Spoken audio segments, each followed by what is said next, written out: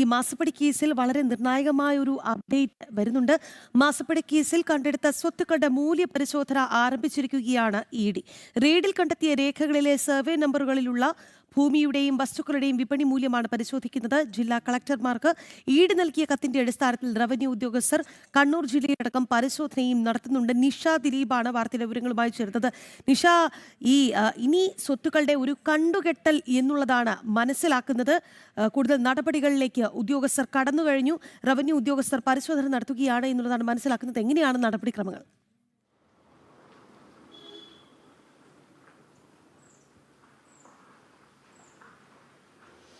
Rahi, Rohini, good morning. തീർച്ചയായും അങ്ങനെ തന്നെയാണ്. കാരണം ഇഡി അടുത്ത അന്വേഷണത്തിന്റെ അടുത്ത ഘട്ടത്തിലേക്ക് കടക്കുകയാണ്. അതിന്റെ ഭാഗമായിട്ടാണ് ഈ റെയ്ഡിൽ പലയിടങ്ങളിലും ഈ മാസപ്പടി കേസുമായി ബന്ധപ്പെട്ട് പലയിടങ്ങളിലും ഇഡി റെയ്ഡ് നടത്തിയിരുന്നു. കേരളത്തിലെ വിവിധ ജില്ലകളിൽ ഈ കേസിൽ ഉൾപ്പെട്ടിരിക്കുന്നവരുടെ വീടുകളിലും സ്ഥാപനങ്ങളിലും അടക്കം റെയ്ഡ് നടത്തിയിരുന്നു.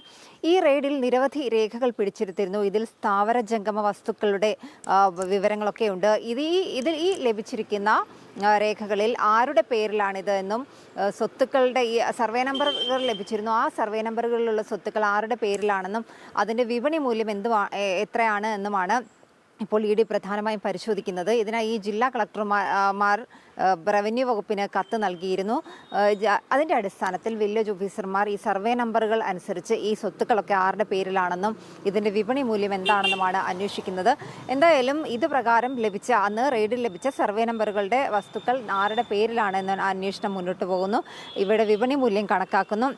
എന്തായാലും ഈ സ്വത്തുക്കൾ കണ്ടുകിട്ടുന്ന നടപടിയുടെ ഭാഗമായിട്ടാണ് ഇത്തരത്തിൽ ഇതിൻ്റെ വിപണി മൂല്യം കണക്കാക്കാനായി ഇഡി ഒരുങ്ങുന്നത്.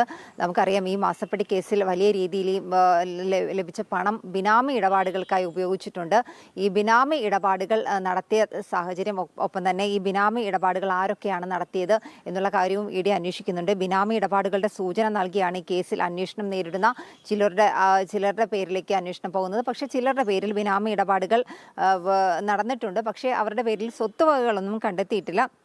കള്ളപ്പണം വെളുപ്പിക്കാനായി പ്രധാനമായും ബിനാമി ഇടപാടുകൾ നടത്തിയെന്നാണ് ഇഡി കണ്ടെത്തിയിരിക്കുന്നത്. എന്തായാലും ഈ റെയ്ഡിന് പിന്നാലെ 242 അക്കൗണ്ടുകളിലെ 18.5 കോടിയിലധികം രൂപ ഇഡി കണ്ടുകെട്ടിയിട്ടുണ്ട്. പല ആളുകളുടെ അക്കൗണ്ടുകളിൽ നിന്നാണ് ഈ തുക കണ്ടുകെട്ടിയിരിക്കുന്നത്. ഇത് ഇഡി ഈ അക്കൗണ്ടുകളെല്ലാം മരവിപ്പിച്ചിട്ടുണ്ട്. എന്തായാലും അന്വേഷണ പരിധിയിലുള്ളവർ വൻതോതിൽ ബിനാമി ഇടപാടുകൾ നടത്തിയതായും ഇഡി കണ്ടെത്തിയിട്ടുണ്ട്. എന്നാൽ ഈ പണം, ഒപ്പം തന്നെ ചില ആളുകൾ, ഈ അന്വേഷണ പരിധിയിലുള്ള ചില ആളുകൾ പണം ബന്ധുക്കളുടെയോ മറ്റ് അടുപ്പമുള്ളവരുടെയോ പേരിലേക്കൊക്കെ മാറ്റിയതായും കണ്ടെത്തിയിട്ടുണ്ട്. എന്തായാലും ഈ ചില ആളുകൾ റിയൽ എസ്റ്റേറ്റിലും മറ്റ് സംരംഭങ്ങളിലുമൊക്കെ ഈ പണം നിക്ഷേപിച്ചതായും കണ്ടെത്തിയിട്ടുണ്ട്. എന്തായാലും ഈ രീതിയിലാണ് ഇഡിയുടെ ഇപ്പോഴത്തെ അന്വേഷണം പോകുന്നത്.